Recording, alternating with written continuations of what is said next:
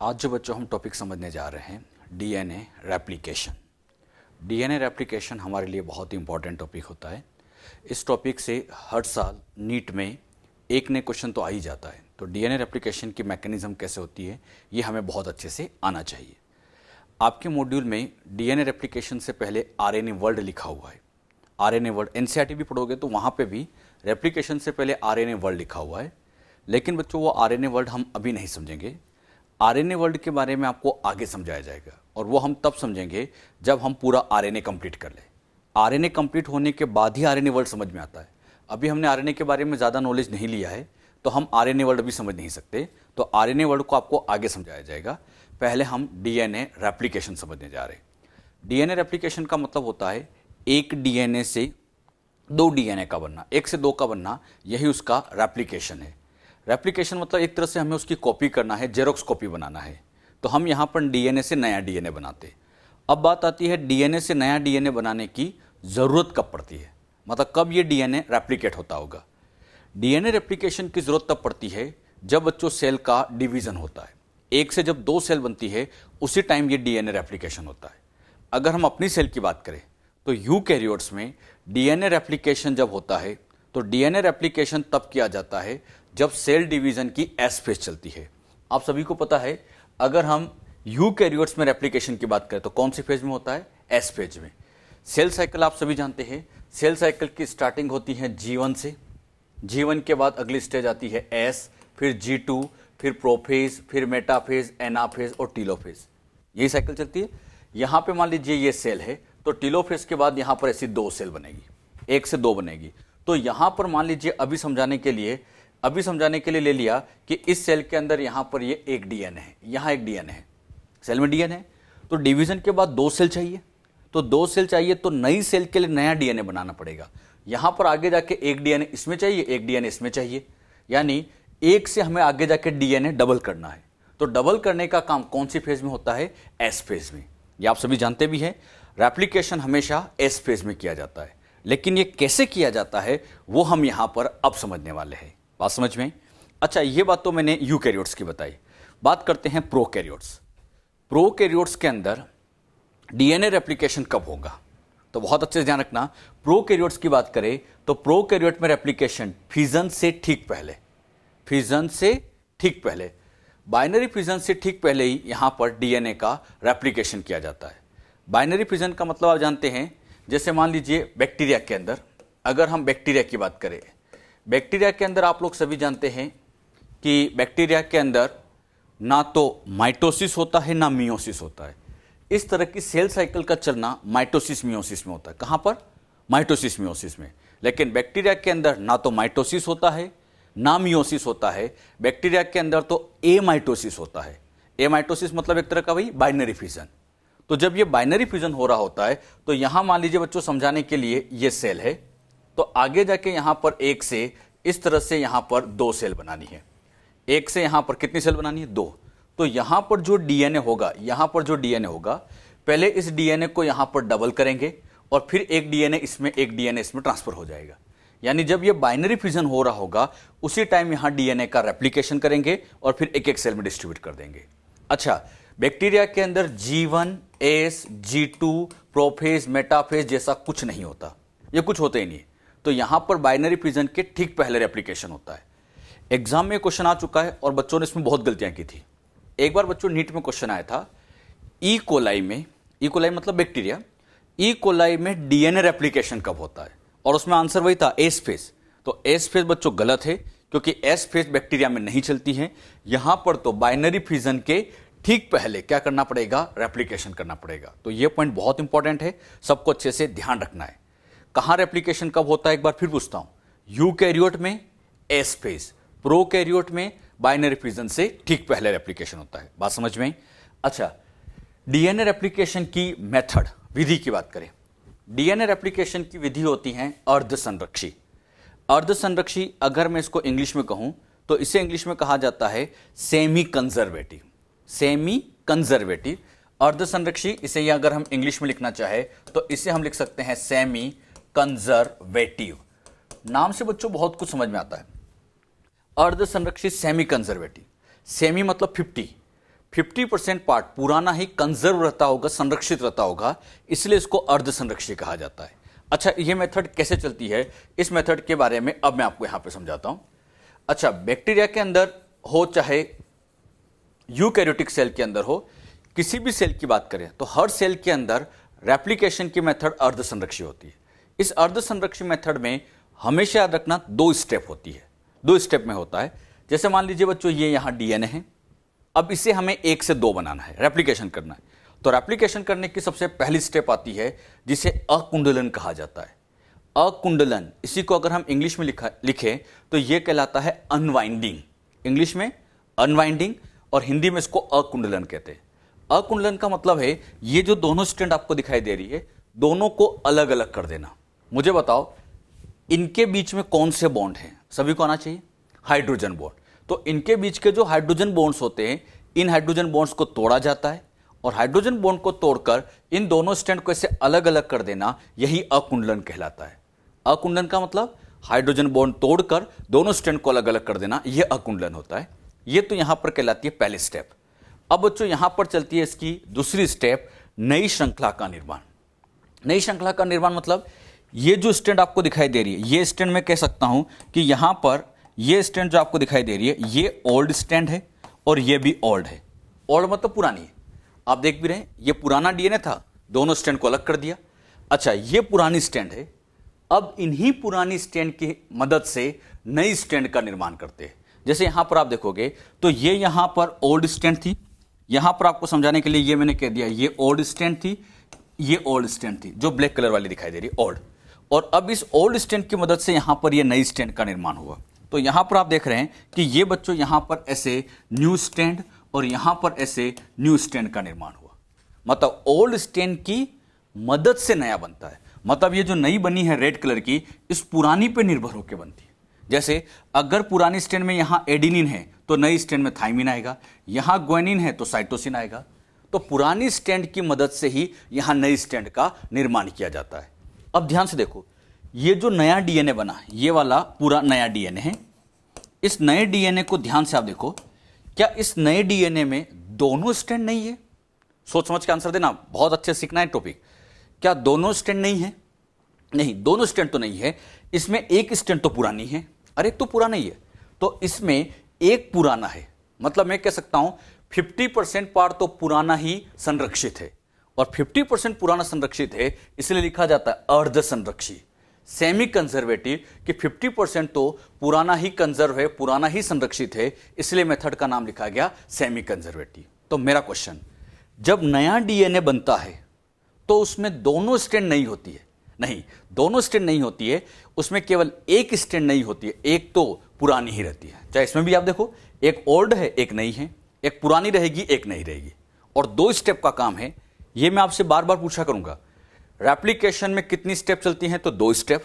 पहली स्टेप का नाम अकुंडलन, अनवाइंडिंग, और दूसरी स्टेप का नाम नई श्रृंखला का निर्माण। अच्छा, ये मेथड का नाम बोलो, अर्ध संरक्षी मेथड। अब बात आती है, इस अर्ध संरक्षी मेथड को किन साइंटिस्ट ने समझाया होगा? अर्ध संरक्षी मेथड को हम डिटेल में समझे। अर्ध संरक्षी मेथड, इसका विचार, आइडिया देने वाले साइंटिस्ट वॉटसन एंड क्रिक थे। वॉटसन एंड क्रिक ने ही सबसे पहले सेमी कंजर्वेटिव का आइडिया दिया था। इन्होंने कहा था कि सेमी कंजर्वेटिव होना चाहिए, लेकिन ये बच्चों प्रैक्टिकल प्रूफ नहीं दे पाए थे। इन्होंने तो बस कहा था कि रेप्लिकेशन सेमी कंजर्वेटिव होना चाहिए, मतलब इसमें पुरानी स्ट्रैंड होनी चाहिए और इसी को आधार बना के इसके ऊपर नई बना देना चाहिए। मतलब नई किसके अनुसार बननी चाहिए? पुरानी। और पुरानी के अनुसार क्यों बननी चाहिए?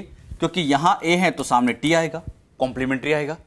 तो कॉम्प्लीमेंट्री के बेसिस पे इन्होंने कहा कि रेप्लिकेशन अर्ध संरक्षी होना चाहिए। लेकिन बच्चों, केवल आइडिया देने से काम नहीं चलता है। बायोलॉजी हर चीज का प्रैक्टिकल प्रूफ मांगती है कि इसको प्रैक्टिकली प्रूफ करके बताओ। वॉटसन एंड क्रिक इसको प्रैक्टिकली प्रूफ नहीं कर पाए। दिमाग बहुत अच्छा लगाया, दिमाग लगा के कह तो दिया कि अर्ध संरक्षी है, लेकिन ये इसको प्रैक्टिकल प्रूफ नहीं दे पाए। तो बात आती है फिर इसको प्रैक्टिकली प्रूफ किसने किया? तो इसको प्रैक्टिकली प्रूफ सिद्ध किया था मेजल्सन एंड स्टोल ने। 2 साइंटिस्ट आए, मेजल्सन, स्टोल, और इन दोनों ने डीएनए रेप्लिकेशन की अर्ध संरक्षी विधि का प्रैक्टिकल प्रूफ दिया था। इसके लिए बच्चों इन्होंने ई कोलाई बैक्टीरिया पर कार्य किया। यह याद रखना है किस बैक्टीरिया पर कार्य किया था? तो ई कोलाई बैक्टीरिया के ऊपर इन्होंने कार्य किया। जब इन्होंने ई कोलाई बैक्टीरिया पर कार्य किया तो कार्य करते टाइम नाइट्रोजन के आइसोटोप, नाइट्रोजन के समस्थानिक का उपयोग किया था। नाइट्रोजन के बच्चों यहां जो आइसोटोप लिए गए उसमें एक N14 होता है, एक N15 होता है, 14 और 15। लेकिन खास बात, आप बताना 14 और 15 में से कौन सा रेडियो एक्टिव होगा? बताओ। हां, दोनों में से कोई भी रेडियो एक्टिव नहीं होता है। यह बहुत इंपॉर्टेंट बात है, बच्चे इसमें बहुत गलती करते हैं। दोनों में से रेडियो एक्टिव कोई नहीं है, कोई भी यहां पर रेडियो एक्टिव नहीं होता है। जब दोनों ही रेडियो एक्टिव नहीं है और जब रेडियो एक्टिव नहीं है तो रेडिएशन नहीं आएगी, मतलब ना इससे रेडिएशन आएगी ना इससे रेडिएशन आएगी, क्योंकि ये दोनों रेडियो सक्रिय, रेडियो एक्टिव नहीं होते। दोनों ही रेडियो एक्टिव नहीं होते, रेडियो सक्रिय होते नहीं। तो बात आती है फिर इन दोनों को अलग कैसे करें? रेडियो सक्रिय तो है नहीं, एक होता नहीं होता तो अलग करना आसान हो जाता, लेकिन दोनों ही रेडियो एक्टिव नहीं है तो फिर इसको अलग किया जाता है इनके वेट के बेसिस पर। आप देखो ये 14 है, 15 है, वेट तो अलग है, और वेट अलग है तो कहीं ना कहीं इनको सेंट्रीफ्यूगेशन की मदद से अलग कर सकते हैं, क्योंकि वेट अलग अलग है। तो इनको अलग करने के लिए सीजियम क्लोराइड डेंसिटी ग्रेडियंट अपकेंद्रण का प्रयोग किया जाता है। Caesium chloride density gradient centrifugation का प्रयोग किया जाता है। हिंदी में कहें सीजियम क्लोराइड घनत्व प्रवणता अपकेंद्रण का प्रयोग किया जाता है।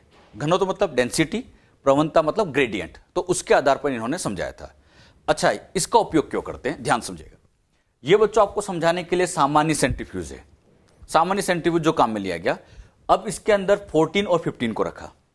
एक बात मुझे बताओ, 14 और 15 में ज्यादा डिफरेंस नहीं है, और हल्का सी डिफरेंस होगा। हाँ, 15 का वेट हल्का सा ज्यादा होगा, हल्का सा ज्यादा होगा। तो जब सेंट्रीफ्यूज करेंगे तो सबसे पहले ये 15 वाला नीचे बैठ जाएगा। सबसे पहले कौन बैठ गया? 15 वाला। लेकिन 14 का वेट भी ज्यादा डिफरेंस, ज्यादा कम नहीं है, तो हल्का सा सेंट्रीफ्यूगेशन की स्पीड बढ़ाओगे तो ये 14 भी नीचे बैठ जाएगा। अब बताओ, 15 भी बैठ गया और 14 भी बैठ गया, दोनों ही अगर नीचे आके बैठ गए तो फिर अलग कैसे हुए? ये तो फिर साथ साथ रह गए। मतलब सामान्य सेंट्रीफ्यूज करने पर यह दिक्कत आती है कि ये दोनों के दोनों ही नीचे बैठ जाते, और जब दोनों नीचे बैठ गए तो इनको प्रॉपर तरीके से सेपरेट नहीं कर सकते। सामान्य सेंट्रीफ्यूगेशन की दिक्कत आती है। इसीलिए बच्चों अब यूज करते हैं सीजियम क्लोराइड घनत्व प्रवणता अपकेंद्रण। अच्छा, इसका यूज करते हैं। अब यहां पर लिया गया N14 और N15। यहां बच्चों ये N14 N15 को लिया, और इन दोनों को लेने के बाद यहां पर सेंट्रीफ्यूज करते हैं। लेकिन सबसे पहले क्या करेंगे, इस टेस्ट ट्यूब के अंदर यहां पर बच्चों ऐसे सीजियम क्लोराइड का, यहां आप देखोगे तो इसके अंदर यहां ऐसे सीजियम क्लोराइड की ऐसे यहां पर ग्रेडियंट बना दिया जाता है। मतलब टेस्ट ट्यूब में पहले सीजियम क्लोराइड का सॉल्यूशन डालते हैं, इसको घुमाते रहते हैं, जिससे इसका ग्रेडियंट बनता जाता है। ग्रेडियंट का मतलब यह होता है कि यहां डेंसिटी कम होगी, यहां पर ज्यादा ज्यादा ज्यादा, ऐसे डेंसिटी लगातार ऐसे बढ़ती चली जाएगी। तो इस तरह से सीजियम क्लोराइड की डेंसिटी को अरेंज कर देते हैं। अब ये 14 और 15 दोनों नीचे जाएंगे। जब यहां जाएंगे तो सबसे पहले मान लीजिए यहां पर आकर 15 वाला रुका, तो 15 वाला क्या करेगा, जहां इसकी रिस्पेक्टिव डेंसिटी है, जहां इसकी डेंसिटी है वहां पे जाके अरेंज हो जाएगा। तो 14 वाला उसकी डेंसिटी पर, यहां मान लीजिए ये 14 वाला अरेंज हो गया, इधर तो हो गया 15 वाला, इधर हो गया 14 वाला। 15 वाला 15 के सामने, 14 वाला 14 के सामने अरेंज हो गए। एक बार बच्चों ये अपनी डेंसिटी पर अरेंज हो गए, अब इसको कितना भी सेंट्रीफ्यूज करते जाओ, रात दिन सेंट्रीफ्यूज करते जाओ, तब भी ये नीचे नहीं आएगा। यानी अब ये प्रॉपर तरीके से अलग हो पाए। हमने क्या सीखा, सामान्य सेंट्रीफ्यूज करने पर क्या दिक्कत आती है, दोनों के दोनों ही नीचे बैठ जाते हैं, थोड़ी देर में दोनों ही नीचे बैठ जाते हैं, तो अलग करना मुश्किल हो जाता है। लेकिन डेंसिटी ग्रेडियंट लेने से फायदा यह होता है कि एक बार अपनी डेंसिटी पे अरेंज हो गए तो कितना भी सेंट्रीफ्यूज करते जाओ, ये कभी भी नीचे नहीं बैठेंगे, मतलब अपनी ही डेंसिटी पर ये अरेंज रहेंगे। तो ये बस आप अच्छे से याद रखना। मेजल्सन स्टोल ने किस प्रकार ही किया, ये सब क्वेश्चन पूछे गए हैं। ई कोलाई बैक्टीरिया पर नाइट्रोजन के आइसोटोप उपयोग किए और सीजियम क्लोराइड डेंसिटी सेंट्रीफ्यूगेशन का इन्होंने उपयोग किया। सामान्य सेंट्रीफ्यूज यूज नहीं किया था, सीजियम क्लोराइड वाला यूज किया था। अच्छा, ये सारी बातें बच्चों ई कोलाई बैक्टीरिया पर चल रही है। ई कोलाई आप जानते हैं प्रोकैरियोट है। ई कोलाई प्रोकैरियोट है। प्रोकैरियोट्स के अंदर हिस्टोन प्रोटीन नहीं होता, तो यहां पर वास्तविक क्रोमोसोम, वास्तविक गुणसूत्र नहीं बनते। क्रोमोसोम नहीं बनते। तो बात आती है फिर इसी मेथड को क्रोमोसोम लेवल पर किसने प्रूव किया? तो इसको क्रोमोसोम लेवल पर गुणसूत्रीय स्तर पर सिद्ध करने वाले वैज्ञानिक टेलर थे। इन साइंटिस्ट से भी क्वेश्चन आ चुका है, यह भी याद रखना। क्रोमोसोम लेवल पे प्रूव करने वाले साइंटिस्ट टेलर थे। इन्होंने विसिया फाबा प्लांट पर कार्य किया था। यह भी पूछा गया किस प्लांट पर कार्य किया? तो विसिया फाबा एक प्लांट का नाम है। और जब इन्होंने इस प्लांट पर काम किया तो इन्होंने रेडियो एक्टिव थाइमिडिन का प्रयोग किया। मतलब रेडियो सक्रियता के आधार पर इन्होंने सेमी कंजर्वेटिव को प्रूव किया था। तो यह बात आप अच्छे से ध्यान रखना, दोनों ने प्रूव किया था। इन्होंने भी सेमी कंजर्वेटिव को प्रूव किया, इन्होंने भी किया, लेकिन इन्होंने इकोलाई बैक्टीरिया पर प्रूव किया था और इन्होंने विसिया फाबा प्लांट पर प्रूव किया था। प्लांट के अंदर क्रोमोसोम होते हैं, यानी गुणसूत्रीय स्तर पर इन्होंने प्रूव किया था। अब यहां से अगर क्वेश्चन आए, कर लोगे? मैं आपसे कुछ क्वेश्चन अभी पूछ रहा हूं, ढंग से आंसर देना सभी। सेमी कंजर्वेटिव का आइडिया किसका था, विचार किसका था? बिल्कुल सही, वॉटसन एंड क्रिक का। इसको गुणसूत्र स्तर पर प्रूव किसने किया? गुणसूत्र स्तर पर किसने? टेलर ने। टेलर ने किस पर कार्य किया? विसिया फाबा। किसका उपयोग किया? रेडियो एक्टिव थाइमिडिन का। अच्छा, ई कोलाई बैक्टीरिया पर प्रूव करने वाले मेजल्सन स्टॉल, जिन्होंने नाइट्रोजन के आइसोटोप लिए थे। क्वेश्चन ऐसे आएगा, नाइट्रोजन के आइसोटोप 14, 15 किसने उपयोग किए थे? तो मेजल्सन एंड स्टॉल ने। रेडियो एक्टिव थाइमिडिन का उपयोग टेलर ने किया था। तो ये साइंटिस्ट के नाम वेरी इंपॉर्टेंट है, इनसे एग्जाम में क्वेश्चन आ चुके हैं, तो आप ये साइंटिस्ट के नाम अच्छे से याद रखें।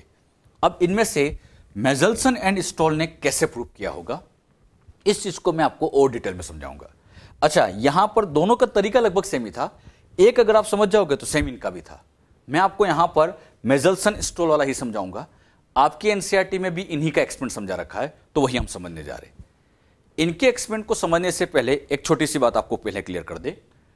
यहां बच्चों आपके सामने मैंने 3 तरह के डीएनए बनाए। इन डीएनए की स्ट्रैंड में ध्यान से देखो, दोनों स्ट्रैंड में 14-14 आइसोटोप है। नाइट्रोजन का 14-14, वही मेजल्सन स्टॉल ने 14-15 यूज किया था। दोनों स्ट्रैंड में 14-14 है। यहां एक स्ट्रैंड में 14, दूसरे में 15 है, और यहां दोनों में 15-15 है। 3 तरह से यहां पर डीएनए बन सकते हैं।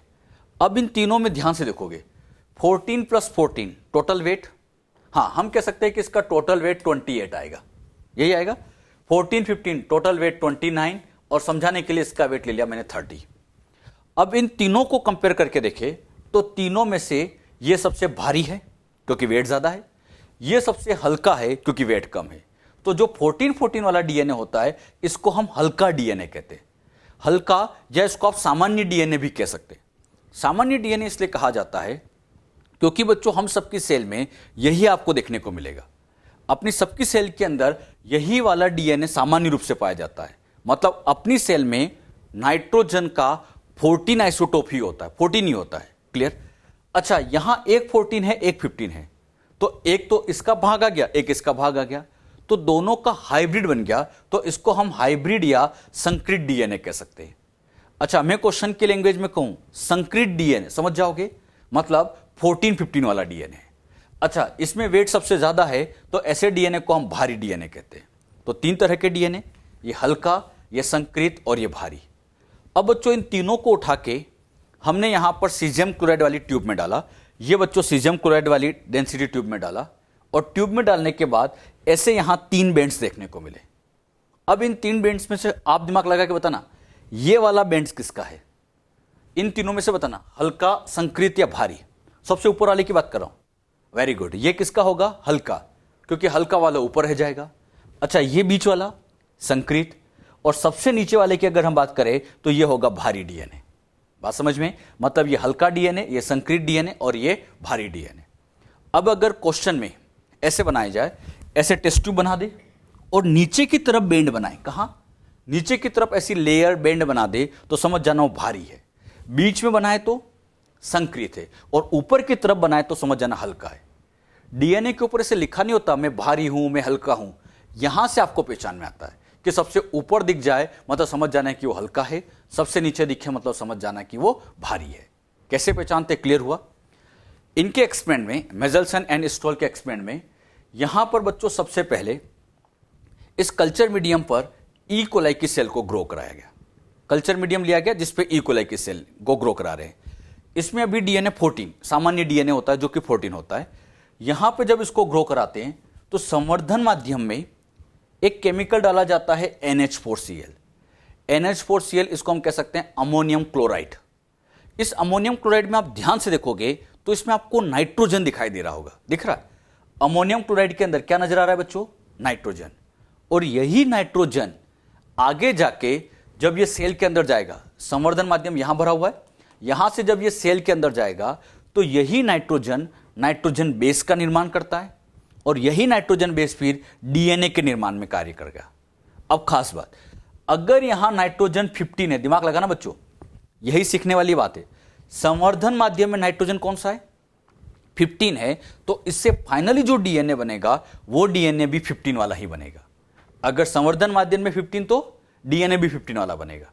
अब बताओ, ये एक सेल है, कल्चर मीडियम ने इसको न्यूट्रिशन दिया, भोज्य पदार्थ दिया, तो ये सेल यहां डिवाइड हुई। ई कोलाई की सेल 20 मिनट में डिवाइड होती है और 20 मिनट में डिवाइड होकर 1 से 2 बनी। अच्छा, 2 बनी तो नाइट्रोजन कहां से आ रहा था? कल्चर मीडियम से। ये 15 वाला इनकी सेल के अंदर जा रहा था। अच्छा, फिर 2 से यहां बन गई 4 सेल, फिर 4 से यहां पर 8, 16 ऐसे बनाते गए, कई सारी सेल बनाई। मतलब हमने N15 वाले संवर्धन माध्यम पर काफी समय तक वृद्धि कराया।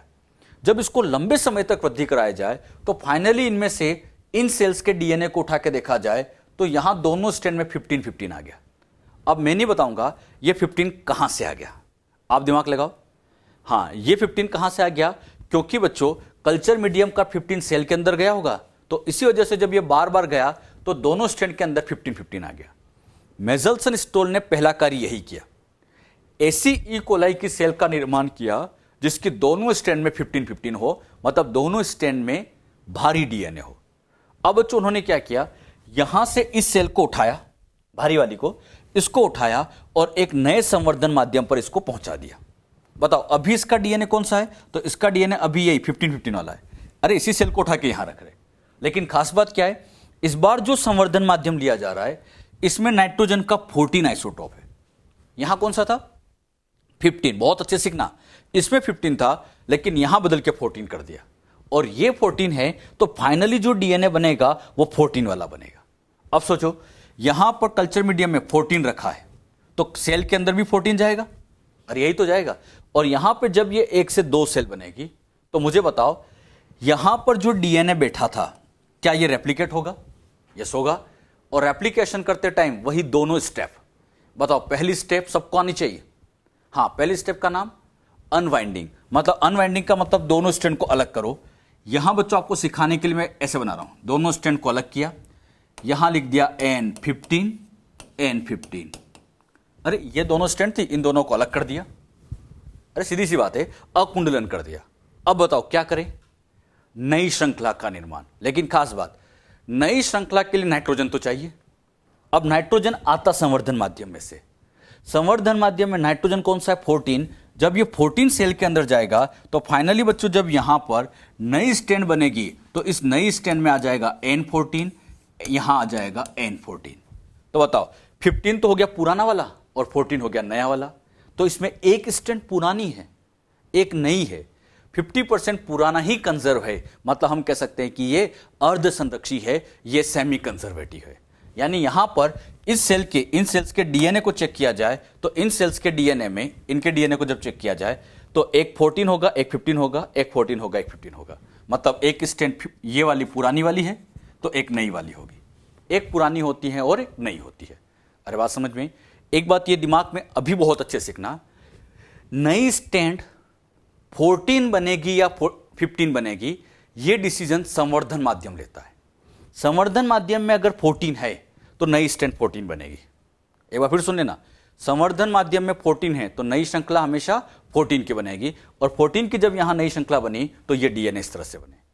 जो बात यहां भी सिखाई गई ये बहुत अच्छे समझना। क्वेश्चन क्या आता है, मेजल्सन स्टोल ने नाइट्रोजन का कौन सा आइसोटोप लिया? तो 14, 15। इन आइसोटोप के लिए उन्होंने किसका उपयोग किया था? तो याद रखना, अमोनियम क्लोराइड का उपयोग किया था। अरे अमोनियम क्लोराइड का नाइट्रोजन ही तो लिया था जिसमें 15 और 14 थे। क्वेश्चन ये आता है, संवर्धन माध्यम में उन्होंने नाइट्रोजन के लिए किसको डाला था?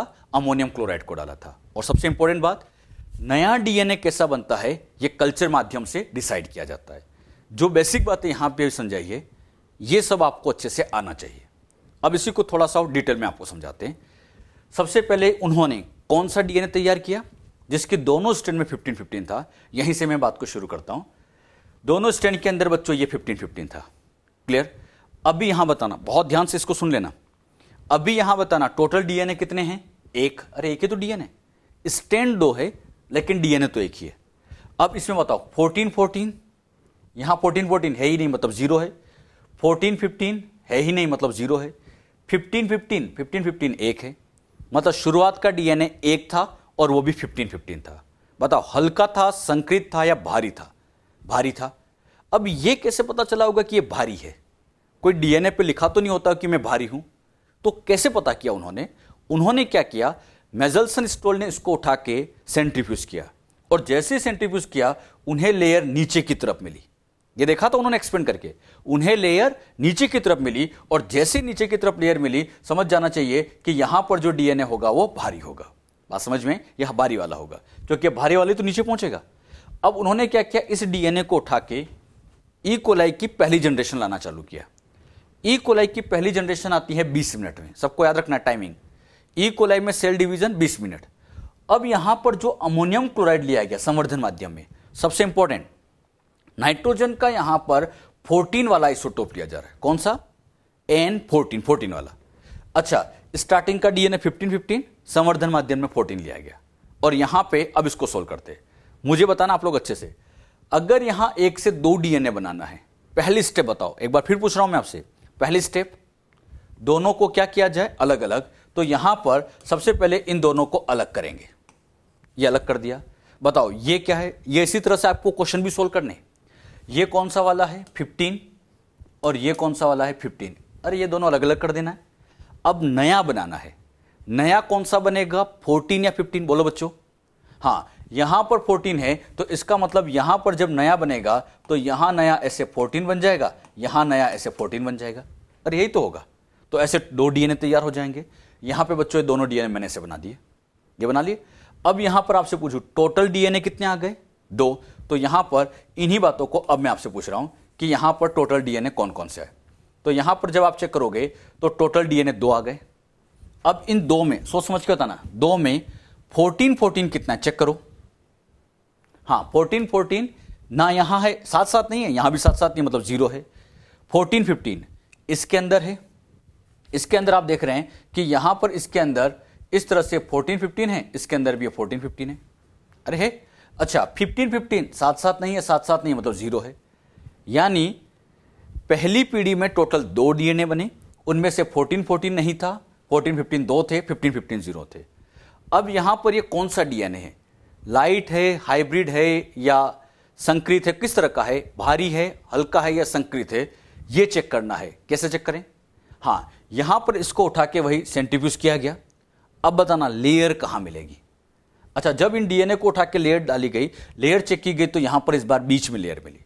और बीच में लेयर मिली मतलब ये हो गया संकरित डीएनए। अच्छा, इस संकरित डीएनए में आप बताओ 15 मतलब कौन सी स्ट्रैंड है, नई या पुरानी? 15 तो हो गई पुरानी और एक हो गई नई, 14 वाली नहीं। एक पुराना है, एक नया है, मतलब अर्ध संरक्षी। तो जैसे उनको यहां पर हाइब्रिड डीएनए मिला तो हाइब्रिड डीएनए मिलते वो समझ गए कि ये हाइब्रिड तभी बन सकता था जब इसमें एक स्ट्रैंड पुरानी हो और एक नई हो। अरे तभी तो हाइब्रिड बनेगा।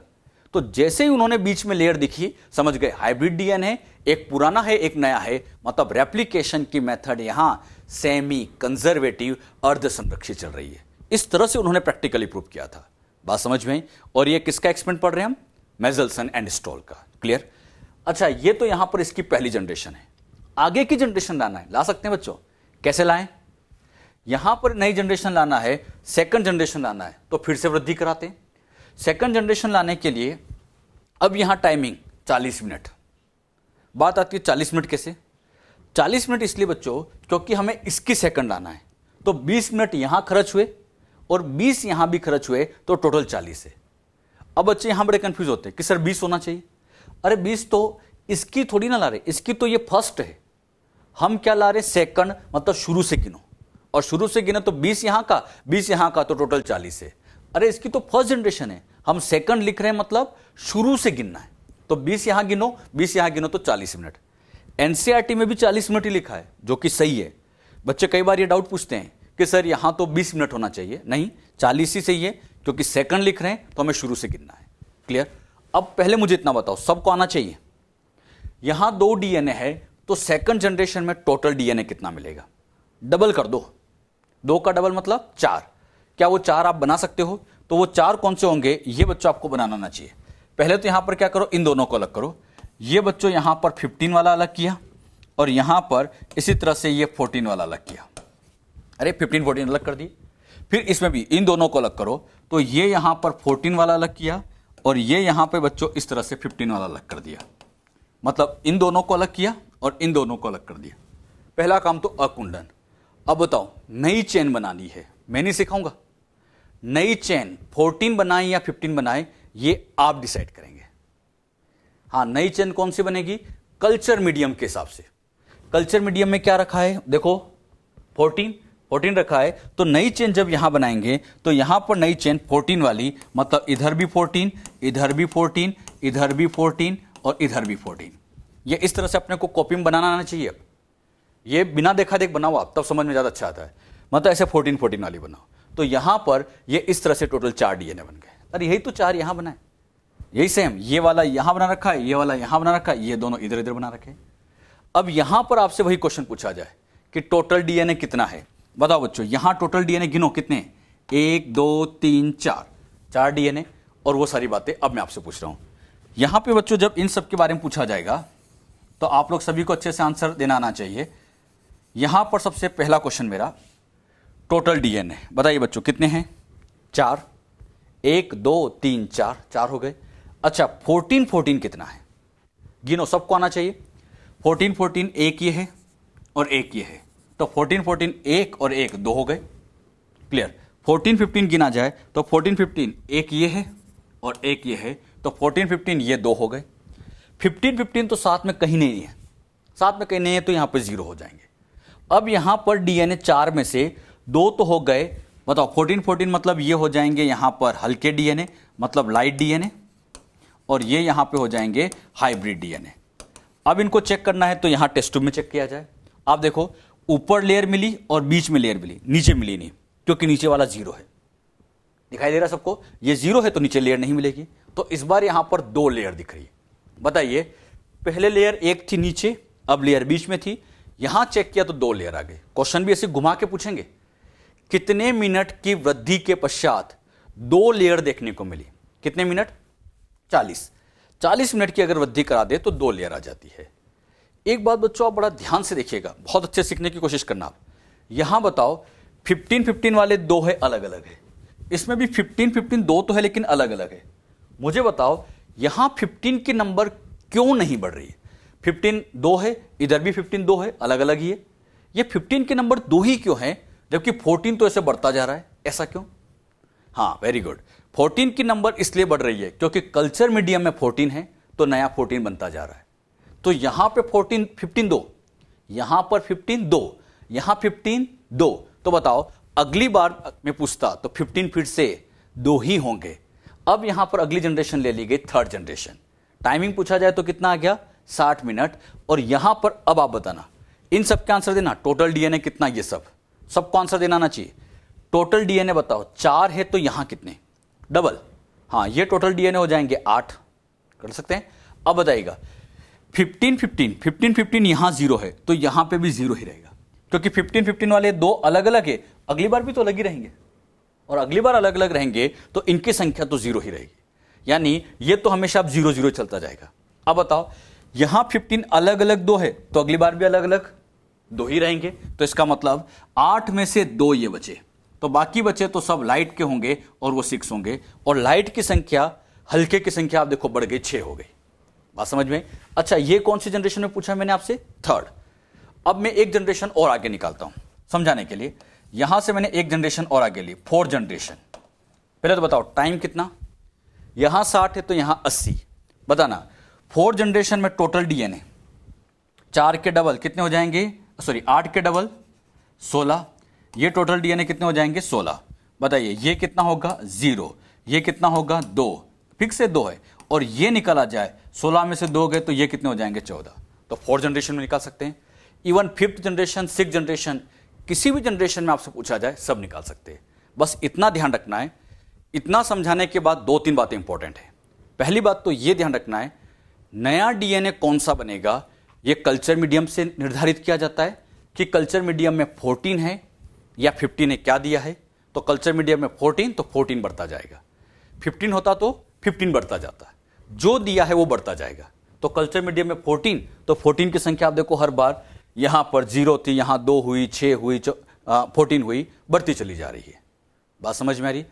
एक और खास बात, मेजल्सन स्टोल के एक्सपेरिमेंट में शुरुआत का डीएनए कौन सा था? शुरुआत का, तो शुरुआत का डीएनए कौन सा था? भारी डीएनए था, और नाइट्रोजन का आइसोटोप 14 वाला लिया गया था। क्लियर? तो यहां पर हमने क्या सीखा ये सब अच्छे से ध्यान रखना। ऐसे में कई जनरेशन में आपसे पूछ सकता हूं, लेकिन आपको बस बेसिक क्लियर हो जाना चाहिए।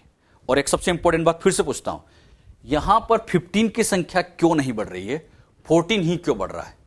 क्योंकि कल्चर मीडियम में 14 डाला गया तो हर बार 14 की संख्या बढ़ती चली जाएगी। और सोल्व करते टाइम क्या करो बच्चों, दोनों स्ट्रैंड को पहले से अलग करो और फिर कल्चर मीडियम देख के नई चेन बना लो। क्लियर? इनसे रिलेटेड अगर क्वेश्चन आए, इनसे रिलेटेड ये जो हमने सीखा है, इनसे रिलेटेड क्वेश्चन आए कर लोगे? एक क्वेश्चन हम यहां पर लेते हैं आपको समझाने के लिए बच्चों। यहां पर अब ये क्वेश्चन देने जा रहा हूं, ये क्वेश्चन है, इस क्वेश्चन को पहले नोट करिएगा और फिर इसको सोल्व करिएगा। और सबको आना चाहिए, इस तरह के क्वेश्चन आपके मॉड्यूल में बहुत सारे मिलेंगे, तो आप लोगों को ये क्वेश्चन की प्रैक्टिस भी होनी चाहिए। क्वेश्चन में क्या लिखा है, हल्के डीएनए युक्त ई कोलाई, हल्के डीएनए युक्त ई कोलाई को नाइट्रोजन के भारी समस्थानिक वाले संवर्धन माध्यम में वृद्धि कराया गया है। 60 मिनट तक की वृद्धि के बाद हल्के संकृत व भारी डीएनए की क्रमशः प्रतिशतता क्या होगी? 2 बातें क्वेश्चन में ढंग से देखने की कोशिश करो। क्या? एक तो शुरुआत का डीएनए कौन सा दिया है, और कल्चर माध्यम में भारी समस्थानिक कौन सा दिया है। ये 2 चीजें आपको सबसे मेन ध्यान रखनी है। बताओ शुरुआती डीएनए कौन सा है? हल्का डीएनए। हल्का डीएनए मतलब दोनों स्ट्रैंड में कौन सा होगा? हल्का। दोनों स्ट्रैंड में कौन सा होगा? 14-14। और इसी बेसिस पे इस क्वेश्चन को सोल्व करना है। तो इसको पहले आप सोल्व करें, और कितनी पीढ़ी तक निकालना है? 60 मिनट मतलब 3 पीढ़ी तक। कैसे सोल्व करो? दोनों स्ट्रैंड को लिखो, फिर पहली जनरेशन लाओ, अलग अलग करो, नया बनाते जाओ, और इस तरह से इसको सोल्व करते जाओ। अब इसके सॉल्यूशन को हम चेक करते हैं। सबसे पहले शुरुआती डीएनए की बात करें तो 14-14 है, ये लिखा है हल्का डीएनए 14-14। कल्चर माध्यम में नाइट्रोजन कौन सा है? 15, ये दिया है क्वेश्चन में। यहां पर भारी समस्थानिक दिया है। अब बताओ पहली स्ट्रैंड क्या करो, दोनों को अलग अलग। तो यहां पर जब इनको अलग करोगे तो ये 14 अलग और 14 अलग, यही होगा। नई चेन कौन सी बनेगी अब बताना अच्छे से, 14 या 15? कल्चर मीडियम में 15 है तो यहां नई स्ट्रैंड बन जाएगी 15, यहां पर भी नई बनेगी 15, मतलब इस तरह से ये 2 बन जाएंगे। निकाल सकते हैं। तो ये बच्चों फर्स्ट जनरेशन है।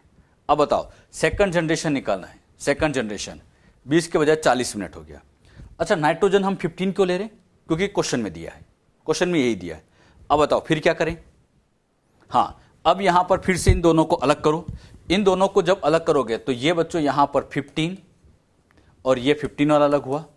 अच्छा, और साथ ही साथ ये 15 और ये 14 अलग और ये 14 अलग, ऐसे लिखा करो पहले। अब नई चेन कौन सी बनाना है? तो क्वेश्चन में दिया है नई चेन 15 के अनुसार, तो यहां 15 के अनुसार 15 के अनुसार 15 के अनुसार बनाओ। तो यहां पर ऐसे टोटल 4 डीएनए बन जाएंगे। अब इस क्वेश्चन में ध्यान से देखो, यहां पे 14 2 है, इधर भी 14 2, इधर भी 14, एक ये है एक ये है, 2 ही तो है। मतलब 14 तो हमेशा 2 ही चल रहा है, इस बार 15 बढ़ता जा रहा है, 15 बढ़ता जा रहा है। ऐसा क्यों? क्योंकि कल्चर माध्यम में 15 दिया हुआ है। अरे तो यही तो बढ़ेगा। अब यहां बताओ, ये तो हो गई सेकंड जनरेशन, लेकिन मैंने आपसे सेकंड में नहीं पूछा है, मैंने तो आपसे पूछा है थर्ड जनरेशन में। तो थर्ड जनरेशन में एक एक चीज सोल्व करते, टोटल डीएनए निकाला जाए। तो यहां 4 है, तो अगली बार कितना हो जाएगा? 4 का डबल 8, 8 होगा। अब यहां पर सबसे पहले 14-14 तो 0 होगा। अच्छा 14-14 बस यही है, यहां नहीं है, यहां नहीं है, क्योंकि 14-14 2 है, हर बार अलग अलग ही रहेंगे। तो 14-14 तो 0 है। चाहे तो इनको भी अलग करके पूरे 8 बना के चेक करो आप, 14-14 तो 0 रहेगा। 14-15 यहां 2 है, क्योंकि 14 2 है, 14 2 है, तो अगली बार भी ये 2 ही रहेंगे। 8 में से 2 गए तो इस बार 15 वाले 6 हो जाएंगे, उल्टा हो जाएगा। उल्टा क्यों हो रहा है? क्योंकि स्टार्टिंग का डीएनए इस बार 14 वाला दिया है और कल्चर मीडियम का नाइट्रोजन 15 वाला दिया, उल्टा कर दिया, तो यहां भी सब चेंज हो जाएगा। अब यहां पर क्वेश्चन में प्रतिशतता ज्ञात करने के लिए कहा है, कर सकते हैं प्रतिशतता किसकी? हल्के डीएनए की। तो हल्का डीएनए 14 कुछ नहीं है, 0। अगला प्रतिशतता किसकी? संक्रमित डीएनए। बताओ संक्रमित डीएनए कितना है? 2, संकरित डीएनए 2, हाइब्रिड डीएनए 2, टोटल कितना है? 4। अच्छा टोटल कितना है? 8, तो 2/8 गुणा प्रतिशतता निकालना है तो 100 से गुणा, सोल्व कर लो, कर सकते हैं। अच्छा इसकी प्रतिशतता कैसे निकालोगे?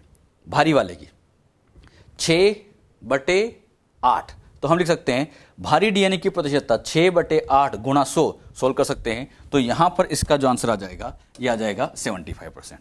तो 0%, 25%, 75% कर सकते हैं।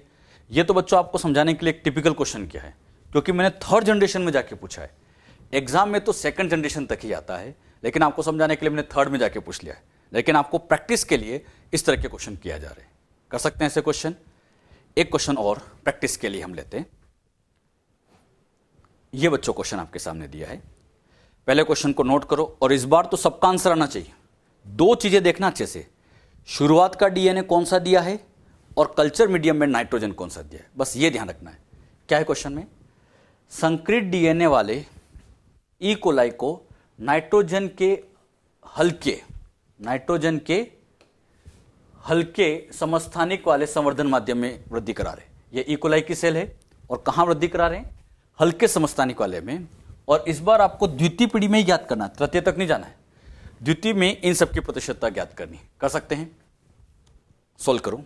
लेकिन इंपॉर्टेंट है, स्टार्टिंग में कौन सा डीएनए दिया है पहले वो लिखो।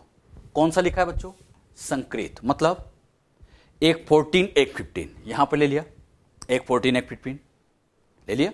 अब बताओ कल्चर माध्यम में क्या दिया है? हल्का, मतलब 14, तो यहां कल्चर माध्यम में N14 दिया है।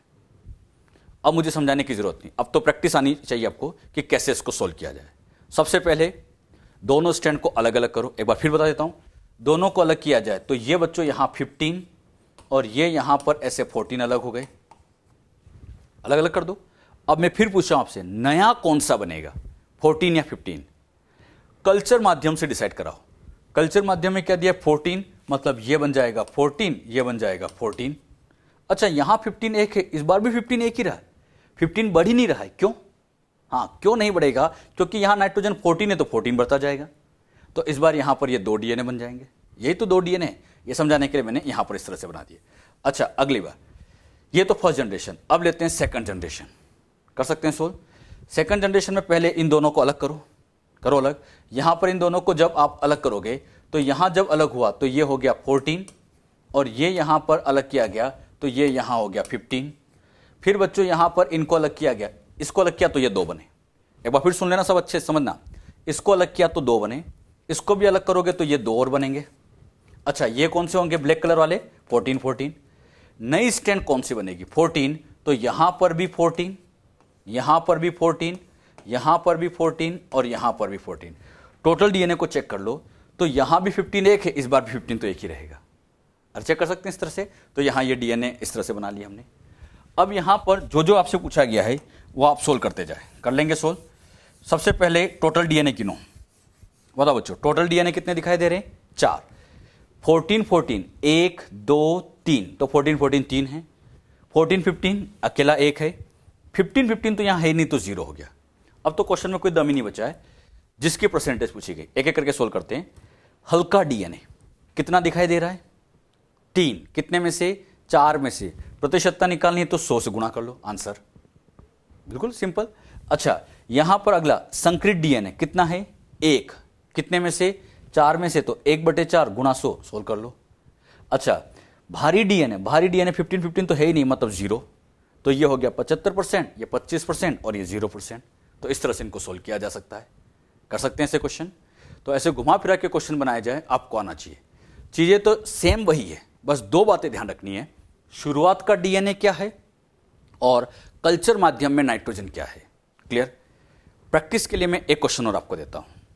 अच्छा कर सकते हैं ऐसे क्वेश्चन? बिल्कुल। चलिए नेक्स्ट क्वेश्चन लेते हैं। इस बार ये क्वेश्चन दिया गया, क्वेश्चन में क्या लिखा गया, पूर्ण रेडियो एक्टिव डीएनए वाले ई कोलाई को रेडियो रहित मतलब नॉन रेडियो एक्टिव संवर्धन माध्यम में वृद्धि कराया गया। 40 मिनट तक वृद्धि करने के बाद क्रमशः रेडियो सक्रिय रेडियो रहित डीएनए की प्रतिशत ज्ञात करो। यह आपसे क्वेश्चन पूछा गया है, कर सकते हैं सोल्व। इस क्वेश्चन में बच्चों थोड़ा सा ध्यान देने की जरूरत आ रही है। इस बार क्वेश्चन रेडियो एक्टिविटी का आ गया है, और रेडियो एक्टिविटी आ गया मतलब ये मेजल्सन स्टोल का एक्सपेरिमेंट नहीं है, क्योंकि मेजल्सन स्टोल ने तो N14-15 लिए थे जो कि रेडियो एक्टिव नहीं थे। यहां रेडियो एक्टिविटी आ गई है, इसका मतलब ये कहीं ना कहीं टेलर का एक्सपेरिमेंट है। अब मैंने आपको टेलर का एक्सपेरिमेंट नहीं समझाया, लेकिन डायरेक्ट क्वेश्चन दिया है, आपसे पूछा गया कि इस तरह से डीएनए है, आप इसको सोल्व करें। तरीका बिल्कुल सेम होगा, चाहे मैंने टेलर का एक्सपेरिमेंट आपको नहीं बताया, लेकिन प्रोसेस तो वही रहेगा। अच्छा, बस इसमें क्या ध्यान देना है, पूर्ण रेडियो एक्टिव है। रेडियो एक्टिव मतलब आप इसको ऐसे लिख सकते हो कि यहां पर दोनों स्टैंड में आर ले लो। यहां बच्चों आर का मतलब रेडियो एक्टिव ले लेना, रेडियो सक्रिय, और एनआर का मतलब होता है रेडियो रहित। आर का मतलब रेडियो एक्टिव, एनआर का मतलब नॉन रेडियो एक्टिव। अच्छा, क्वेश्चन में लिखा है संवर्धन माध्यम में कौन सा है, रेडियो रहित। संवर्धन माध्यम जो लिखा है वो रेडियो रहित वाला है, रेडियो रहित वाला है। कर सकते हैं। सबसे पहले यहां पर फर्स्ट जनरेशन ला रहे हैं, 20 मिनट में नॉन रेडियो एक्टिव में वृद्धि करा रहे हैं। बताओ क्या करें, तरीका सेम, दोनों स्टैंड को अलग अलग। तो यहां पर ये स्टैंड जब अलग करोगे तो ये आर और ये आर, अरे तरीका वही है। अब बताओ नई कौन सी बनाएंगे, नॉन रेडियो एक्टिव। तो यहां पर अब ये नई स्टैंड नॉन रेडियो एक्टिव और ये नई स्टैंड नॉन रेडियो एक्टिव, तो यहां पर ऐसे टोटल 2 डीएनए तैयार कर सकते हैं ऐसे तैयार। तो ये तरीका वही सेम और ये डीएनए तैयार हो गया। एक तो हो गया रेडियो एक्टिव, दूसरा वाला नॉन रेडियो एक्टिव वाला आ जाएगा। लेकिन ये तो पहली जनरेशन है, आपसे मैंने पूछा है सेकंड जनरेशन, तो आप इससे फिर अगली जनरेशन लाओ। जब यहां पर सेकंड जनरेशन लाओगे तभी 40 मिनट पूछा ना, 40 मिनट तक, तो 40 मिनट तक यहां लाना है। अब बताओ फिर इन दोनों को क्या करोगे, अलग कर सकते हैं। यहां बच्चों जब आप इनको अलग करोगे तो यहां पर ये एनआर अलग हुआ, अच्छा, और यहां पर ये आर अलग हुआ। सेम एज इन दोनों को अलग करोगे तो ये आर अलग हुआ और ये एनआर यहां पे अलग हो गया, ये एनआर अलग हो गया। अब बताओ नई स्टैंड कौन सी बनानी है, कल्चर मीडियम में एनआर, तो यहां पर एनआर एनआर एनआर एनआर इस तरह से बनाएंगे 4 डीएनए। और आपको समझाने के लिए 4 डीएनए मैंने ये इस तरह से बना लिया। अब बच्चों यहां पर सबसे इंपॉर्टेंट क्वेश्चन में क्या है, यहां समझने वाली बात यह है कि ये तो नॉन रेडियो एक्टिव है, ये भी नॉन रेडियो एक्टिव है, लेकिन इसमें तो दोनों पार्ट आ रहा है। इसके अंदर आप देखोगे तो इसमें तो आप दोनों पार्ट देख रहे हैं, आर भी दिख रहे हैं, एनआर भी दिख रहे हैं। तो इसे क्या माने, हाइब्रिड। अच्छा, इसे यहां पर रेडियो एक्टिव ही मानना है बच्चों। रेडियो एक्टिव इसलिए मानेंगे क्योंकि इससे रेडिएशन निकलेगी, मतलब आर एनआर भी आ जाए, radio active non radio active वाला डीएनए है, तब भी इसको रेडियो एक्टिव ही मानना है, क्योंकि इससे रेडिएशन तो आएगी, रेडिएशन तो आएगी, तो इसको भी रेडियो एक्टिव लेके ही चलना है। और जब यहां पर चेक किया जाए तो यहां पर कुल डीएनए 4 है, इन 4 में से रेडियो एक्टिव वाले ये 2 ही है, ये दोनों यहां पर रेडियो एक्टिव वाले हो जाएंगे। तो रेडियो एक्टिव वाले अगर पूछा जाए तो 2 है, कितने में से, 4 में से, तो 2/4 गुणा 100। ये वाला और ये वाला नॉन रेडियो एक्टिव वाला हो जाएगा, तो नॉन रेडियो रहित मतलब नॉन रेडियो एक्टिव वाला 2/4 गुणा 100, 50%। कर सकते हैं ऐसे क्वेश्चन, सेम वही तरीका है, बस इसमें इतना ध्यान रखना है आर एन आर भी आ जाए तब भी इसको हमें रेडियो एक्टिव ही लेके चलना है। क्लियर, इस तरह के क्वेश्चन एग्जाम में पूछे जाते हैं। आपके मॉड्यूल में इस तरह के पैटर्न पे भी क्वेश्चन दिए हैं, दोनों तरह के पैटर्न पे क्वेश्चन दिए। मेजल्सन स्टोल का जो एक्सपेरिमेंट है उस पर भी क्वेश्चन है, और यहां पर जो रेडियो एक्टिविटी वाला कंसेप्ट हमने सीखा है इस पर भी क्वेश्चन है। और ये भी सेम तरीका है, कोई अलग नहीं है, दोनों स्टैंड को अलग करो, नई चेन बनाओ। बस इतना ध्यान रखना है, कल्चर माध्यम के अनुसार ही नई चेन बनाना है। ये हमने अभी तक सीखा। तो अभी तक हमने क्या पढ़ा है, मेजल्सन स्टोल ने प्रूव किया, साथ ही साथ टेलर ने भी प्रूव किया था, लेकिन उन्होंने विसिया फाबा प्लांट पर क्रोमोसोम लेवल पे प्रूव किया था। और ये प्रूव करके बताया कि रेप्लिकेशन की मेथड सेमी कंजर्वेटिव अर्ध संरक्षी होती है। रेप्लिकेशन की मेथड सेमी कंजर्वेटिव होता है, इसका प्रूफ कैसे दिया गया था, ये प्रूफ तो बच्चों हमने समझ लिया था। अब हम इसकी मैकेनिज्म समझते हैं। रेप्लिकेशन की मैकेनिज्म में 2 स्टेप आती है। पहली स्टेप आती थी अनवाइंडिंग और दूसरी स्टेप आती है formation of new chain. Unwinding मतलब अकुंडन और फिर नई श्रृंखला का निर्माण। सबसे पहले हम समझते हैं अनवाइंडिंग, अकुंडलन क्या होता है। अकुंडलन, इसको बच्चों इंग्लिश में कहे तो इसे इंग्लिश में हम लिख सकते हैं अनवाइंडिंग। इंग्लिश में इसे अनवाइंडिंग के नाम से जाना जाता है, अनवाइंडिंग। अनवाइंडिंग क्या होती है पहले ये समझेंगे। मान लीजिए बच्चों, आपको समझाने के लिए बड़ा सा डीएनए है, तो अनवाइंडिंग का मतलब होता है डीएनए की इन दोनों स्ट्रैंड को अलग अलग करना। दोनों स्ट्रैंड को अलग करना यानी इनके बीच में जो स्पेशल बॉन्ड थे, नाम बताओ इनके बीच के बॉन्ड को। हाइड्रोजन बॉन्ड को तोड़ना और हाइड्रोजन बॉन्ड को तोड़कर दोनों स्ट्रैंड को अलग अलग करना, यही अनवाइंडिंग कहलाता है। अब सबसे मेन बात, जब इसमें रेप्लिकेशन करेंगे तो बात आती है रेप्लिकेशन कहाँ से स्टार्ट किया जाए। मतलब ये बड़ा सा डीएनए आपके सामने है, अब इसमें रेप्लिकेशन यहाँ से शुरू करे, बीच में से शुरू करे, यहाँ से करे, कहाँ से रेप्लिकेशन शुरू किया जाए। तो एक बात बच्चों दिमाग में बहुत अच्छे से बिठा लो कि जब भी रेप्लिकेशन किया जाता है हमेशा फिक्स जगह से चालू होगा, कहीं से भी नहीं। एक फिक्स पॉइंट से रेप्लिकेशन चालू किया जाता है और मान लीजिए वो पॉइंट यहाँ पर ये है और ये पॉइंट जहाँ रेप्लिकेशन चालू हो रहा है उस पॉइंट को कहा जाता है ORI साइट। ORI का मतलब होता है origin of replication. Origin of replication मतलब प्रतिकृति का उत्पत्ति स्थल, जहां से प्रतिकरण स्टार्ट होता है उस स्थल को हम कहते हैं ORI स्थल। ORI स्थल मतलब जहां से रेप्लिकेशन शुरू होने जा रहा है, मतलब यहां से शुरू हो रहा है तो इसको हम ORI साइट कहेंगे। मतलब कहीं से भी चालू नहीं होगा, ये एक फिक्स पॉइंट है, यहां से चालू हो रहा है तो यहीं से चालू होगा।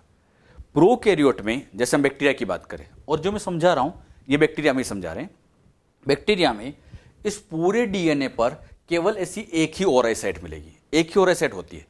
लेकिन अगर हम अपनी सेल की बात करें तो हमारा डीएनए बहुत बड़ा है। अगर अपने डीएनए में एक ORI साइट होगी तो रेप्लिकेशन में टाइम ज्यादा लगता है, इसलिए अपने डीएनए में ऐसी ORI की नंबर ज्यादा रखी जाती है। तो याद रखना, प्रोकैरियोट में एक ORI होती है, जबकि हमारी सेल यूकैरियोटिक सेल में ORI की नंबर बहुत सारी होती है, मल्टीपल ORI साइट्स होती है। अब बच्चों जहां ये ORI साइट है यहां से हमें हाइड्रोजन बॉन्ड तोड़ना है। यहां पर बच्चों इस तरह से ऐसे हाइड्रोजन बॉन्ड लगे हुए, ऐसे यहां पर इधर भी हाइड्रोजन बॉन्ड लगे हुए। अब इन हाइड्रोजन बॉन्ड्स को तोड़ना है। बात आती है हाइड्रोजन बॉन्ड को यहां कैसे तोड़ा जाए। शुरुआत में यही काम करना, हाइड्रोजन बॉन्ड तोड़ना है। हाइड्रोजन बॉन्ड कैसे टूटे? हाइड्रोजन बॉन्ड को तोड़ने के लिए हमारे पास तरीके तो कई होते हैं। कुछ तरीके मैंने आपको पहले समझाए थे कि हम टेम्परेचर बढ़ा दें। टेम्परेचर बढ़ा दें मतलब टेम्परेचर 80-90 डिग्री तक लें, तब वहां पर हाइड्रोजन बॉन्ड टूट जाता है।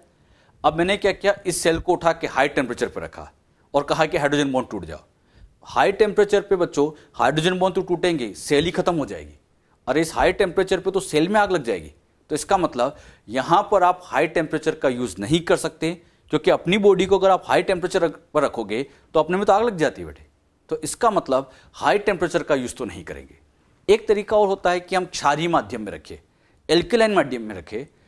अपनी सेल को अगर हाई एल्केलाइन मीडियम में रखा जाए, ज्यादा क्षारीय माध्यम में रखा जाए, तो अपनी सेल के एंजाइम काम करना बंद कर देते हैं। हाई एल्केलाइन मीडियम मतलब pH 10 के आसपास रखनी पड़ती है, जो सेल को बहुत ज्यादा नुकसान कर सकती है। यानी न तो हम हाई टेम्परेचर का यूज कर सकते हैं, न ज्यादा क्षारीय माध्यम का यूज कर सकते हैं। तो बात आती है फिर दोनों स्ट्रैंड को अलग कैसे करें। तो इनको अलग करने के लिए यहां पर सेल ने कुछ अलग तरीका सुझाया है। उन्होंने यहां पर सेल में इन हाइड्रोजन बॉन्ड को तोड़ने के लिए यूज किया है एक स्पेशल एंजाइम, और यहां पर वो एंजाइम होता है डीएनए हेलिकेज। बहुत अच्छे से याद रखना, यहां पर ORI साइट पर इधर भी हेलिकेज, इधर भी हेलिकेज, यहां पर दो हेलिकेज आके जुड़ते हैं। इन हेलिकेज का काम होता है हाइड्रोजन बॉन्ड्स को तोड़ना। यही हाइड्रोजन बॉन्ड को तोड़ेगा। अब बच्चों यहां से ये एक हेलिकेज इस डायरेक्शन में जाएगा और ये हेलिकेज इस डायरेक्शन में जाएगा, दोनों दिशाओं में जाएगा। यहां से दोनों दिशाओं में जाएगा। इधर वाला हेलिकेज इधर के हाइड्रोजन बॉन्ड तोड़ता जाएगा, इधर वाला हेलिकेज इधर के हाइड्रोजन बॉन्ड तोड़ता जाएगा। तो हाइड्रोजन बॉन्ड को तोड़ने वाला कौन सा होता है? हेलिकेज। तो हेलिकेज इस तरह से इन हाइड्रोजन बॉन्ड को यहां पर तोड़ता जाएगा और दोनों दिशाओं में तोड़ता जाएगा। तो यहां पर हेलिकेज का काम हाइड्रोजन बॉन्ड तोड़ता है। इस हेलिकेज के लिए यहां पर कोफैक्टर मैग्नीशियम आयन होता है। कोफैक्टर उसको कहते हैं जो एंजाइम की सक्रियता को बढ़ाता है। इस हेलिकेज की सक्रियता बढ़ाने के लिए यहां कोफैक्टर काम में लिया जाता है, उसका नाम है मैग्नीशियम। मैग्नीशियम आयन मिल जाए तो ये एंजाइम और अच्छे से काम करता है और अच्छे से हाइड्रोजन बॉन्ड तोड़ता है, इसको मजा आ जाता है। अच्छा, हेलिकेज यहां पर अकुंडलन का मुख्य एंजाइम कहा जाता है, क्योंकि यही हाइड्रोजन बॉन्ड तोड़ रहा है तो यही सबसे मेन एंजाइम होगा। तो अकुंडलन का सबसे मेन एंजाइम किसको कहा गया? हेलिकेज को। अब याद करो, इधर भी हेलिकेज जा रहा है, इधर भी जा रहा है, तो दोनों साइड से हाइड्रोजन बॉन्ड टूटना शुरू होंगे और ये पार्ट बच्चों ऐसे ओपन होगा। मतलब यहां पर अगर देखा जाए तो ये पार्ट यहां पर ऐसे ओपन होता जाएगा और इधर वाला हेलिकेज इधर जाता जाएगा, इधर वाला हेलिकेज इधर जाता जाएगा। दोनों दिशाओं में काम चल रहा है और जहां से ये शुरुआत हुई, शुरुआत वाले स्थल का नाम ORI साइड, तो इस ORI साइड से काम चालू हुआ और दोनों दिशाओं में चलते जा रहे, यानी रेप्लिकेशन दोनों दिशाओं में होता है, बाय डायरेक्शन होता है। अब बच्चों यहां पर हुआ क्या, मान लीजिए इस स्टैंड में यहां पर समझाने के लिए लिखा था A, तो यहां सामने T होगा, यहां A है तो सामने क्या होगा T। अगर यहां G लिख दिया जाए तो यहां C होगा, यहां C लिख दिया जाए तो यहां G होगा। इनके बीच के हाइड्रोजन बॉन्ड टूटते जा रहे हैं। अब प्रॉब्लम क्या आती है, जैसे ये हेलिकेज आगे बढ़ता है, हेलिकेज ने अपना काम ईमानदारी से किया, ये आगे बढ़ता जा रहा है। जैसे हेलिकेज आगे बढ़ता है, एक नई समस्या यहां चालू होती है। क्या चालू होती है कि पीछे से ये A और T वापस जुड़ तो सकते हैं, अरे वापस जुड़ तो सकते हैं। अगर ये वापस यहां पर ऐसे वापस जुड़ने लग गए तो फिर से ये डबल स्ट्रैंड बन जाएगा, तो यहां फिर प्रॉब्लम चालू हो जाएगी। यानी बड़ी मुश्किल से तो दोनों स्ट्रैंड को खोला था, जैसे ये आगे गया, अगर ये पीछे से वापस जुड़ गया तो जितना ओपन किया तो सब बेकार हो जाएगा। तो यहां इन दोनों को वापस जुड़ने से रोकना पड़ेगा और इनको वापस जोड़ने से रोकने के लिए यहां कुछ स्पेशल प्रोटीन आके जुड़ते हैं और ये प्रोटीन कहलाते हैं SSB प्रोटीन। SSB का फुल फॉर्म, ये इस एक स्टैंड पे जुड़ते हैं, सिंगल स्टैंड पे जुड़ते हैं, तो इसीलिए इसको कहा जाता है single strand binding protein. Single strand binding protein, short में SSB प्रोटीन कहा जाता है। अच्छा, ये एक स्टैंड पे जुड़ते हैं, डबल पे नहीं जुड़ रहा है। जब ये अलग हो गया, सिंगल हो गया, तो उस पे आके जुड़ा है, इसलिए इसको सिंगल स्ट्रैंड बाइंडिंग प्रोटीन कहते हैं। अब ये सिंगल स्ट्रैंड बाइंडिंग प्रोटीन क्या करता है, इधर के नाइट्रोजन बेस को कवर करेगा और नाइट्रोजन बेस को कवर कर लेगा तो सामने वाले के साथ ये जुड़ नहीं पाएगा। तो ये सामने वाले से हाइड्रोजन बॉन्ड बनने से रोकने के लिए इस SSB का काम आता है। तो SSB का कार्य क्या है, हाइड्रोजन बॉन्ड के पुनर्निर्माण को रोकता है। हाइड्रोजन बॉन्ड के पुनर्निर्माण को रोकने वाला कौन सा होता है, तो SSB। सेम काम आप इधर भी देखो, इधर भी हेलिकेज आगे गया, ये पीछे से जुड़ सकता था, तो जोड़ने से रोकने के लिए इधर भी बच्चों ये SSB लगता गया, ये SSB लगता गया। और SSB का कार्य इनको वापस रीजॉइन होने से, वापस हाइड्रोजन बॉन्ड बनाने से रोकने का काम करता है। तो यहां पर SSB का क्या कार्य है, क्लियर हुआ। अब बच्चों जैसे जैसे ये हेलिकेज यहां आगे बढ़ता जाएगा, हेलिकेज आगे बढ़ता जाएगा, आप देखोगे यहां पर कोइलिंग कम है, लेकिन जैसे जैसे आगे बढ़ता जाएगा यहां आगे जाके ज्यादा ऐंठन आ गई, हाई कोइलिंग आ गई। और यहां पर ये जो हाई कोइलिंग आ जाती है, इस हाई कोइलिंग को सुपर कोइलिंग के नाम से जानते हैं। क्या नाम से, सुपर कोइलिंग, अति कुंडलन आप कह सकते हो। इसे बच्चों आप ऐसे समझिएगा, मान लीजिए कि मेरे पास एक लंबी रस्सी है, क्लियर। उस रस्सी के मैंने दो सिरे थे, ऐसे गुथे हुए थे, दोनों सिरों को पकड़कर खोला और आपने कई बार इसे खोलने की कोशिश भी की होगी। जब आप इसको ओपन करते हैं तो शुरुआत में तो आसानी से खुलता जाता है, लेकिन आगे जाके हाई ऐंठन आ जाती है और जहां पे वो ऐंठन बढ़ जाती है आगे जाके खुलना मुश्किल हो जाता है। बस वही बात यहां पर भी है। DNA भी एक रस्सी जैसे ही है, बस मान लो बड़ी सी रस्सी है, इसके दोनों सिरों को पकड़ के हम खोलते जा रहे हैं।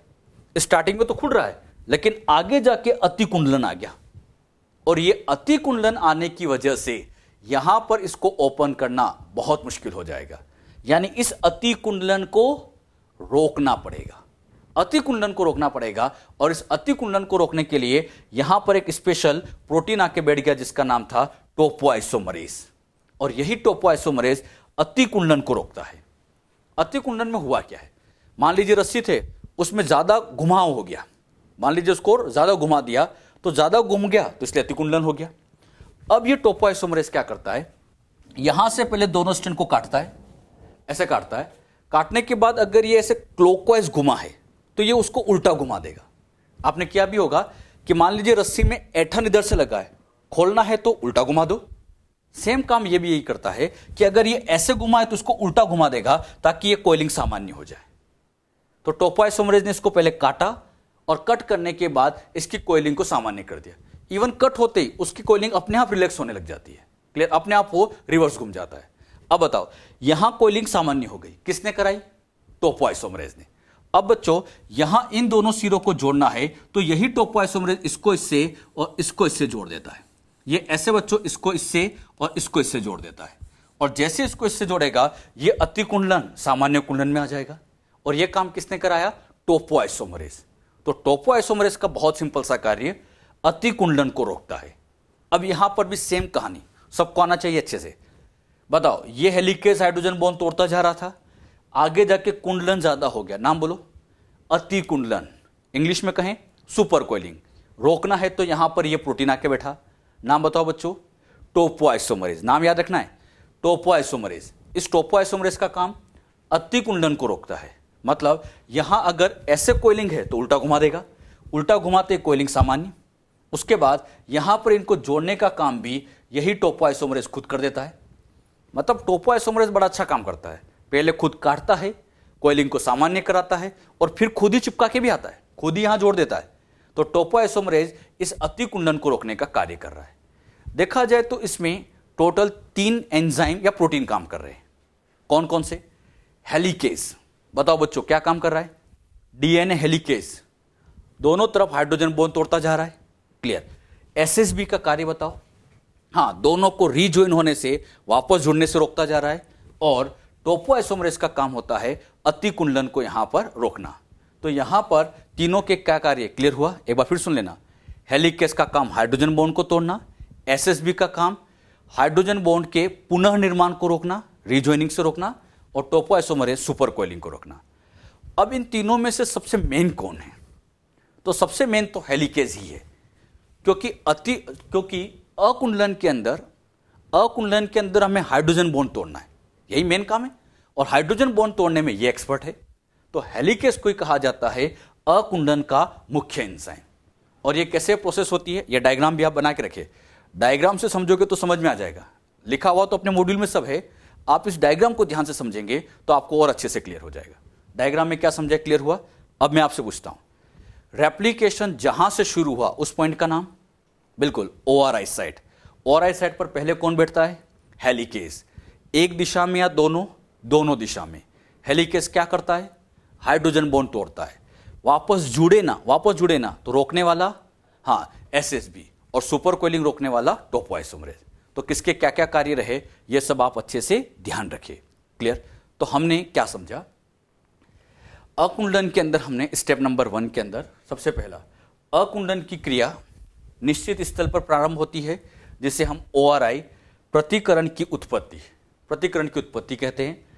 प्रोकैरियोट्स में केवल एक प्रतिकरण की उत्पत्ति होती है, लेकिन यूकैरियोट्स में अनेक प्रतिकरण की उत्पत्ति होती है। जैसे ये यूकैरियोट का डीएनए है, बड़ा सा डीएनए।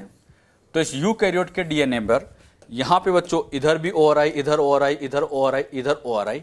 तो ओआरआई एक होता है या बहुत सारे होते हैं, क्योंकि डीएनए ही बड़ा होता है। अच्छा, इस अनवाइंडिंग में पहला एंजाइम था हेलिकेज, हाइड्रोजन बॉन्ड को तोड़ता है। एसएसबी हाइड्रोजन बॉन्ड के पुनः निर्माण, फिर से ज्वाइन करने का रोकता है। और टोपोआइसोमरेज अतिकुंडलन को रोकता है।